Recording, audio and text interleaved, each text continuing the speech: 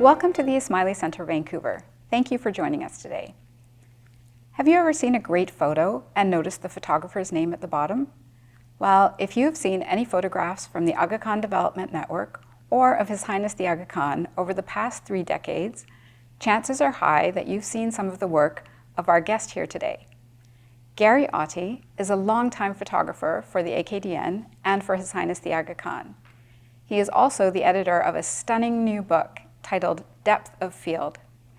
Gary, welcome here to our conversation today. It's such a pleasure to be with you. It's great to be here. I've admired your work for many years, but I know that you weren't originally planning to be a photographer. How did you come about becoming a photographer? Well, no, I was studying to be an architect, but at architecture school I realized that I liked finished buildings much better than unfinished buildings. So I decided to become an architectural photographer. I like the idea of using my architectural knowledge to study a building and figure out the best way to illustrate that building. And then it's quiet, calm work, and you choose the perfect camera position and the perfect frame and do your job. So I liked it very much.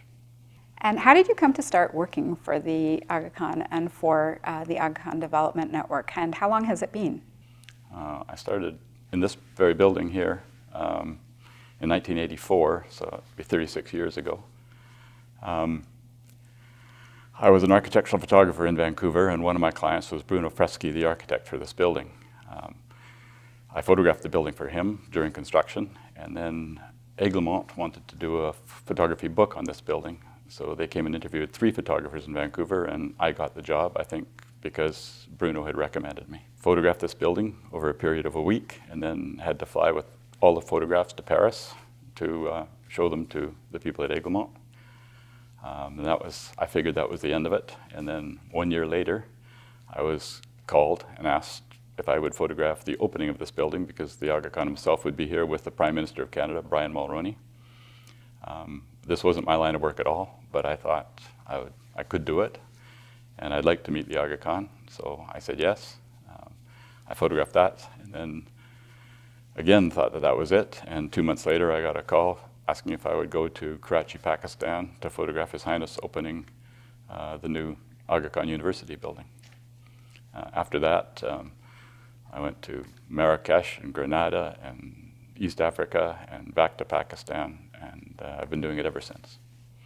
And over the course of your career in those years, what kinds of events or occasions have you photographed for AKDN and His Highness? Well, the majority of the work would be photographing visits and functions and meetings of His Highness himself. But I also still did lots of architectural work because he's heavily involved in architectural projects, photographing schools, universities, hospitals, the Aga Khan Trust for Culture, Ward for Architecture, historic cities, there's factories for the AKFED. So it's a very mixed group of things that I've done, but the majority is photographing the visits. I don't have a number, but the only thing I've kept track of the airport arrivals I've photographed of His Highness, and I'm up to 240 of those. So it's been a significant amount of work. That is a huge amount of traveling and a huge amount of work that you've done over the years. You've taken a number of photographs over all those years, and you've created the photographs that you've taken, as well as a really large selection from photographs of other photographers, into a wonderful new publication titled Depth of Field, the Aga Khan Beyond the Lens. Please tell us more about the book. It's a book of the Aga Khan, but it's also a book about photography. So the photographs are of subject just as much as His Highness is a subject.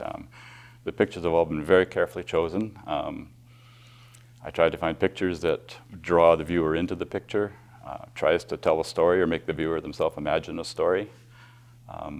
Hardly any of them are proposed photographs. They're all pure photojournalism, what I would call.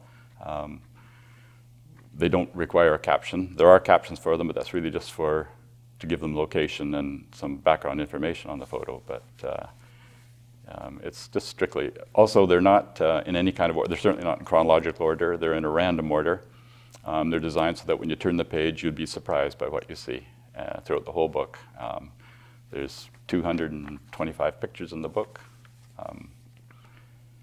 About 40% of them are my own. The rest are by 50 different photographers. So how many did you bring it down from when you say there's 225 in the book? Well, I think I went through, my office was always in the basement at Aiglemont, where the photo archives are kept. So I think I've looked at every picture in the archives over the years, which is hundreds of thousands. And I cut it down to my favorites, which is about 5,000.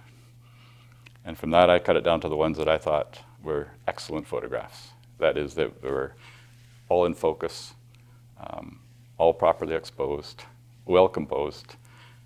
If a picture was not sharp, it didn't make it in the list, no matter who it was of or what it was of. It had to be an excellent photograph. Then I tried to edit it down further by spreading it out evenly across continents, evenly across decades, and tried to spread out the photo credits to as many photographers as possible.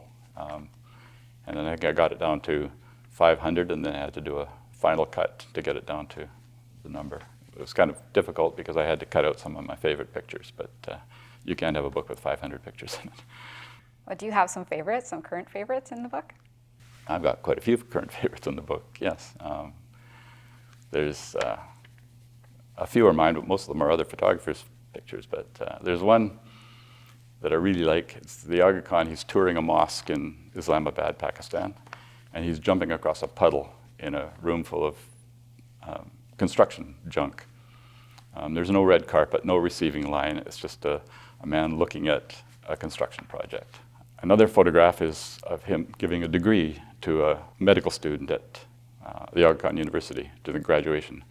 And although he must have given degrees out to hundreds of students that day, there's a personal connection between the two of them. They're sharing the moment together, and it's amazing that he could have this personal shared moment with somebody in a receiving line of hundreds of people getting handed a degree. It's a fabulous picture. There's one of a little girl in Zanzibar pinning a flower on his lapel, and the relationship between he and this little girl and the work she's doing putting this flower onto his lapel is just amazing. There's a photograph of him at the stud farm with the horses, and he's looking at a mare and her foal. And there's eye contact in the picture, but the eye contact is between His Highness and the horse. And also it's a picture taken with His Highness's back to the camera, which is unusual for photographs of him. So it's fabulous. So there's lots more. Well, actually, I guess the pictures I like the most too are the ones of him with thousands and thousands of people at the mulakats and darbars in Central Asia and northern Pakistan. Did you find that it was really challenging or it required different skills to photograph those large events, or to photograph, people-oriented activity as opposed to architecture, which is what you were trained in? Yeah. It was in a way, but not really. The biggest challenge to a photographer is choosing the right place to stand. And that's the same no matter what you're photographing. So you have to understand what's going on, what it is you want to show, and where you should be to show that. One of the big problems we have with photographs of His Highness is that people are so intent on getting a photograph of His Highness that they don't get a picture of what he's doing or who he's meeting. And so that was always important, that you had to keep in your mind that what you're trying to tell is the story that's going on in this, and what is that story, and where should your camera be in order to show that. So no, it's not different. What is different, of course, was with architecture, it's quiet, and you're not having to rub elbows with other photographers and have things get in your way and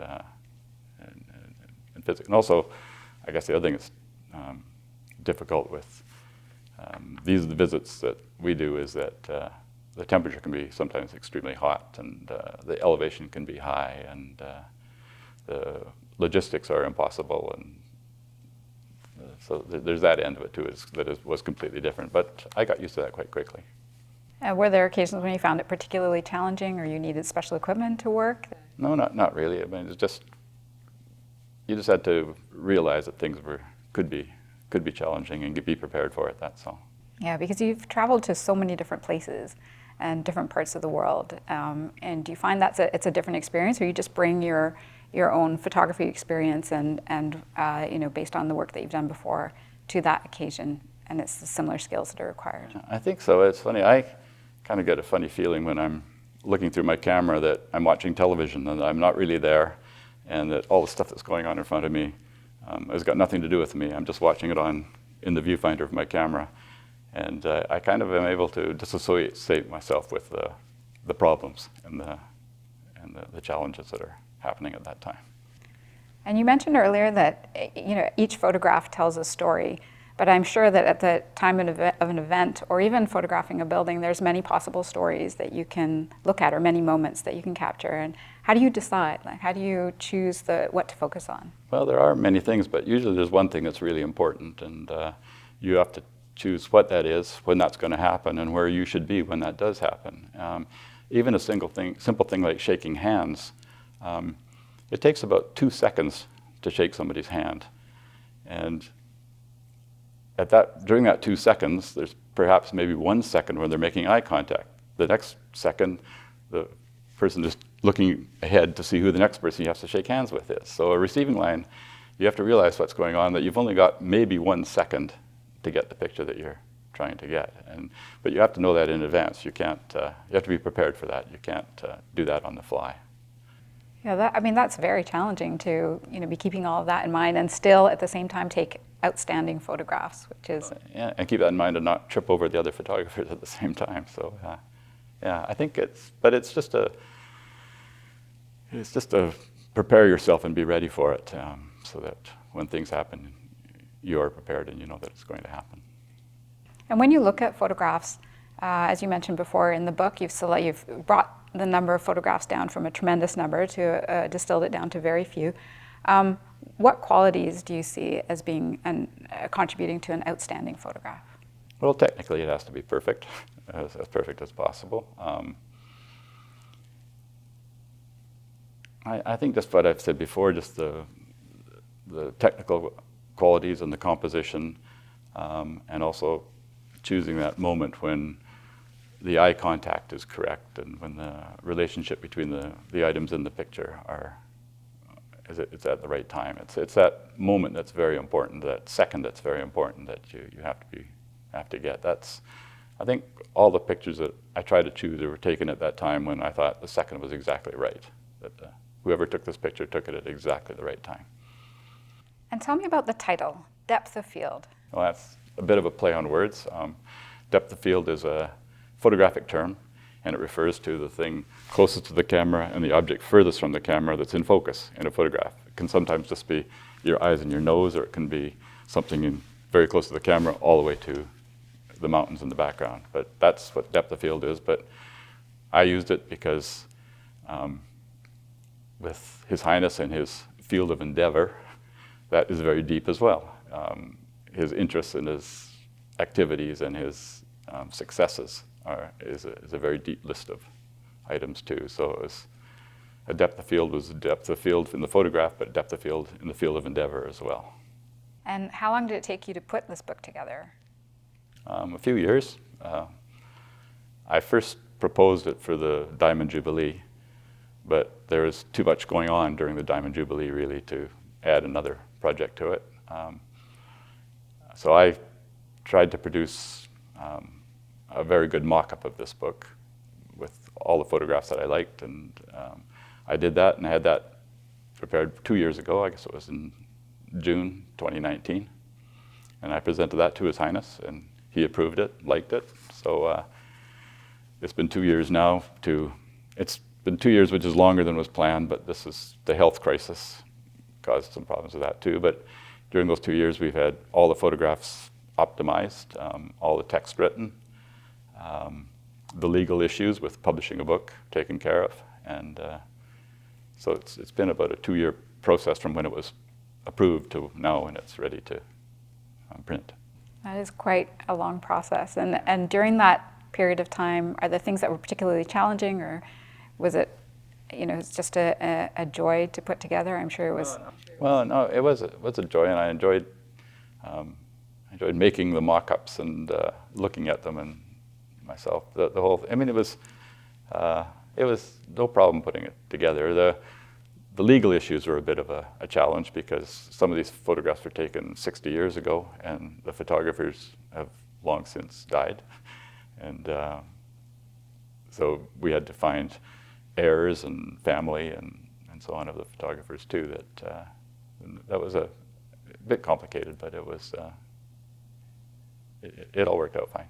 Well, that's really great because I think there's some amazing photographs in there, and it's I know it's a complicated process to get from that start to finish point, and obviously it took quite some time and perseverance, but I think it's wonderful that you've managed to reach that endpoint and produce this really stunning book. And I'm sure over the years, as you've worked so closely with His Highness and with the Aga Khan Development Network, you've really come to know the work of the AKDN, and you've been instrumental in sharing the work of the AKDN and His Highness with the wider world.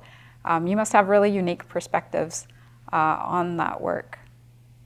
Not necessarily unique, but just because photography covers all aspects of the AKDN, I get to see things, completely different things all the time. And I've always been incredibly impressed with the professional staff of the AKDN, and probably even more so with the volunteers of the AKDN, and what they're able to accomplish in difficult situations and far countries, very remote communities and a long way apart. So I'm always amazingly impressed everywhere I go. It's been very good. And are there particular moments that are highlights for you or particularly memorable? I think anytime I got to go to a place where very few people had ever been before, go in Arbadakshan, and you're in the mountains way above sea level in tiny little villages and tens of thousands of people are out there waiting in a mountain valley for His Highness to arrive. It's just overwhelming, actually. Sort of takes your breath away, the whole process. Yeah, it must have been really remarkable to be able to be witness to all these moments. And just what was remarkable too, you get to visit these places, but also you get to be there with people who live there, and you get to actually sometimes stay with them. So you get to see them from a completely different point of view, and it was wonderful to be there and wake up in the morning in some stranger's house in Afghanistan. It's just, who gets to do that? Yeah, I think it is, it's very special experiences that you've had. And also just the variety. You can spend one day you're at a banquet with Queen Elizabeth, and the next day you're with a sugarcane farmer in Burkina Faso. What other job lets you do that? It's actually amazing to think back on what it's been. And do you feel that there's things that you've gained from that work that have changed you? Yeah, I mean, my whole, I think, view of the world is completely different because sort of nothing is foreign to me anymore. It's all quite familiar, actually. I remember the first time you go to some places, you think, this is a very foreign place. Well, after 2 days, it seems like home. So that's changed my life completely. And for aspiring photojournalists or photographers or videographers, do you have any words of advice or anything you'd like to share from your depth of experience? Well, for one thing, become technically as good as you possibly can be. Know your cameras really well. Do everything you possibly can. Learn all the nuances about them and practice them very much, because when you actually come to be using them, you don't have time to think about things. It has to be instinctive. I think with me, I learned that quite early, was that there's no way that you have time to adjust anything. You have to have done it instinctively in advance. The other thing I think that's most important is choosing the right place to stand and take the photograph. When photographers talk about other photographers and they're complimenting them, they'll say, oh, he really knows where to stand. And that's, you have to look at the situation, see what's going to happen, decide where it's going to happen, when it's going to happen, and make sure that you're standing in the right place when it does happen. So I think that just be prepared technically and be prepared physically for what you have to do. I think that's the best advice I can give. In terms of the book, did you have a particular story that you wanted to tell through the book? And when people see the book, what do you want them to take away with them? Okay, I hope the people who look at this book are impressed with the individual images. This is not only a book about the Aga Khan, it's a book about photography as well, and photojournalism. And they should look at these photographs the same way they would look at paintings hanging on the wall of an art gallery. They should also, I hope they appreciate the behind-the-scenes look at the life of an amazing man. These pictures should make them feel like a fly on the wall as history unfolds, and that they are seeing something that few people have seen before. That's also, of course, I want them, the people who don't know who the Aga Khan is, I'd like them to learn a great deal about him. This should be a public education tool for people to learn about the activities of the AKDN and His Highness, and I hope it serves that purpose as well. Well, it certainly is a work of art. The pictures are spectacular, and I'm sure it'll really bring delight and joy to many, many, many people. Gary, thank you so much for being here. It has been a real pleasure to be able to talk to you. Like I said, I've admired your work for such a long time, and it's been a real treat for me. And thank you so much also for sharing the insights, your personal insights, as well as telling us the story behind this spectacular and fantastic book. I certainly can't wait to get a copy of it. For those of you who would like to obtain your own copy, the Ismaili has made available copies at a discounted price through shop.ismaili. Orders placed by 11th August will be eligible for free shipping, which is a substantial saving as it's quite a heavy book. The book will be published in a few months. I have had a really wonderful time in today's conversation, and I hope you have as well.